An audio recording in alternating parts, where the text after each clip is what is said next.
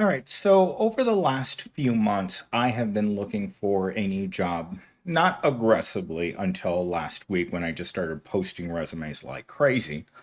But prior to my looking, I have met at least five different people, in which one of them has been texting me for the past hour that she doesn't understand why these jobs aren't real. And she's just like, I keep applying and applying to these jobs on Indeed, and no one calls me back. And I told her, most of these jobs are fake, they're not real.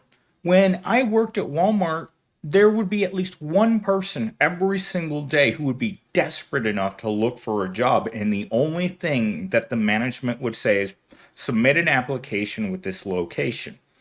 And that meant you weren't getting hired because the applications are ridiculous. She's literally has on the screen right now a picture of a question about what do you call this? It's a picture of an application, a question two of six. In an active shooter situation, when you're evacuating, what should you do first when you encounter police officers? Show them your hands, ignore the instructions, grab onto their clothes, ignore them, and just go home. These are the kinds of stupid questions that are on jobs right now on Indeed. And when I worked in retail, the active shooter thing was no more hilarious than anything you could imagine. At some point, I think they instructed the Walmart workers that if they have to, that they should take him on in order to stop him. And I'm like, am I really going to try to stop a person in a Walmart uniform that's crazy? No. But this is exactly how stupid corporations are. They really think that by showing you these videos that somehow everyone's going to be like, "Oh, look, this is happening yet again in our store. A disgruntled ex-employee is coming back for revenge." And that's usually how it happens because corporations treat people so badly that they want revenge against them. And it's not just for the simple things. It's being yelled at, it's being belittled, it's being paid nothing, it's not getting medical insurance. Everything about working for them sucks. And in this situation, they're the largest employer of people in the entire state of Arizona, and it's minimum wage. So, with that rant out of the way, the monologue, let's get into my three talking points from ChatGPT when I put in my rant on what the heck is wrong with all these corporations and they're creating just applications, places to submit applications so just in case they need to hire one in the future. In fact, my job didn't hire me at my current place. I wasn't even the first or the fifth choice. They just had no one good applying to them, no one who was willing to let themselves be exploited to the nth degree. So this is what chat generated as my three talking points: ghost listings and talent pooling, boosting company image and perception, the toll on job seekers. So with that said, let's get into the first one. Companies often keep job postings up even when they're not actively hiring to build a talent pool for future needs. I kept submitting my application for my current job because it kept showing up every 10 days. They needed someone for this job, and it happened to be close enough to my house so that I could walk to work. And that was a requirement that I needed because I didn't have a car and I would eventually get rid of my bike when I started working because I needed the money. So I needed to be able to walk 45 minutes in one direction to get to work. So I just kept applying to the jobs that were near my house because when you don't have a car, your your career, let's just call it that, is going to be limited to whatever you can see with your own two eyes from your house. And it's not good. And that becomes even worse when you run into this situation. You don't own a car, you work across the street at the Kroger's, and your boyfriend decided that he wanted to break up with you when you share an apartment. That, as a woman, leaves you in such a vulnerable place. And it's a true story of a person that I talked to that lives in my apartment complex that works at Kroger's. And I was talking about this with Mello on Saturday because she had the same situation happen where she was living with someone for 6 years, and eventually it came to a point where she wasn't going to live with a person with a substance abuse problem for any longer. But people just don't get it. It's like when you leave, you leave. It's not like we're just on a break. So, as I was talking to her, I asked her why she didn't move back home, and she said, "I'm probably going to have to do that." And I'm like, the apartment's in the ex boyfriend's name, and you obviously don't make enough money to live here. $300 a week as a part time cashier at Kroger's isn't going to afford you $1,500 to $2,000 worth of rent, which is what it costs to live here. So she's in that really bad situation where I'm sure she's looking for a better job. Almost every person I know is looking for a better job and realizing that there is this job economy out there is nuts. There are no real jobs out there, especially not for people who don't want to work for nothing. Like I look at these salaries, like I'm looking at entry level help desk, 45,000 to start. Really? I think it's going to be more like $15 an hour to start because of course they've got that range where they want to start people.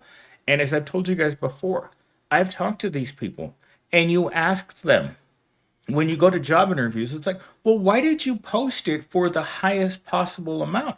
And they'll tell you straight to your face, if we post this job for what we actually want to pay, no one will show up to the job interviews. And so they have to lie from the get go. And that's not where the lying stops. The lying continues because they post one job when the reality of the job is all these other things. And just like with my situation, are you desperate enough to stay here regardless of how low the pay is and how much responsibility you have, while at the same time putting you down for not being able to carry out all of these different job tasks, not being able to do the entire job? Because again, if they if the law forced jobs to post the actual wages and actual responsibility and the actual time that they expect you to be there, no one would apply to jobs. And that's where the corporations are stuck. They're deeply deceptive in both the posting responsibilities and the salary. What is that to you? That to me starts sounding a little bit more like slavery. Yeah, that's where I'm starting to feel like jobs are in their current situation. All right, talking point number two. Many companies post jobs to appear as if they're growing or financially stable, even when they're not hiring. This strategy may attract investors or make the company look appealing to potential talent, but it creates a deceptive job market, making it harder for actual job seekers to distinguish genuine opportunities from illusions. This is what she's telling me. She's been on Indeed for more than 2 months, and every job that she applies to seems like it's an illusion. She's not getting calls back. The only job that called her back was a minimum wage, 15-hour a week for technical support, and they want her to buy nicer clothes in order to come into the office for 15 hours a week. Now, can you imagine that? Your employer tells you you look too shabby in your clothes. You need to come in business casual while offering the minimum wage for 15 hours a week. And she's just like, why would I do that? Why would any minimum wage worker waste money on clothes for a job that is not going to last? These jobs are revolving doors for people. They don't want to keep you long. They don't want to offer you a job in which you can actually support yourself. Offering jobs where people can actually make enough money to pay the rent and eat every day, they are so out of style that even Gen Z looks at them and laughs, because this isn't what corporate America is about anymore. You go through Indeed and you look at all the fake listings, at how long they've been up or how long they repost the same job. They're just looking at collecting applications. And I've seen it my entire life. Or they'll hire someone that they know, right? They'll hire a person that they know it won't work out, and they're like, well, guess what? Well, that person really didn't need that job that badly. Because when it comes to the jobs out there that are good jobs, you're not going to find that job on Indeed. When someone's looking for a good job, they're looking for a friend, a family member, or someone that's within their network, someone that they know is is within their care group, right? If you're not within the care group of certain people in our society, mainly the rich and well off and well connected, if you're not within that group, you're never going to break out of low paid jobs because they don't post their good jobs. They're not going to post a job that they want for someone special, right? Garbage jobs are the ones that are online. Garbage jobs are all I've had my whole life. My entire experience with looking for work and working has been with bottom tier jobs, including my current job, which is absolute crap. It's the amount of responsibility that they want to put on just higher level, slightly higher level jobs is incredible. Like I remember that after the senior manager, excuse me, after the senior manager hired me, a few months went by, and I realized how terrible this work environment was. Just like my current Gen Zero. Like last week and the week before that, he keeps saying this is an awful place to work, Millennials team, and I'm like, well, you know what? I'm not saying that. You are seeing that. And that's the job economy that we have today. It's not like we're telling people. CNN isn't coming out here and telling you how crappy these jobs are and how slow they are to hire and how quick they are to fire people. They don't have to tell us that. We know that because we're talking to other people that need jobs right now. So when Mello left her last job, where she worked in retail for the same company for 16 years, when she left that job because she had to, she's in a situation very similar to mine where management became hostile to her. And she had to get out of there because they weren't going to make her job any easier on her. Once management decides that they don't want you there, you better get out of there before you get fired from there and don't qualify for unemployment benefits, just like she didn't qualify. Why? Because they've devised the point system to make certain that the people they don't want there aren't there and that it is very easy for them to fire them. That's why a point system was evolved. It makes it easier for corporate America to get rid of undesirables, and where most of us are undesirables. Talking point number 3.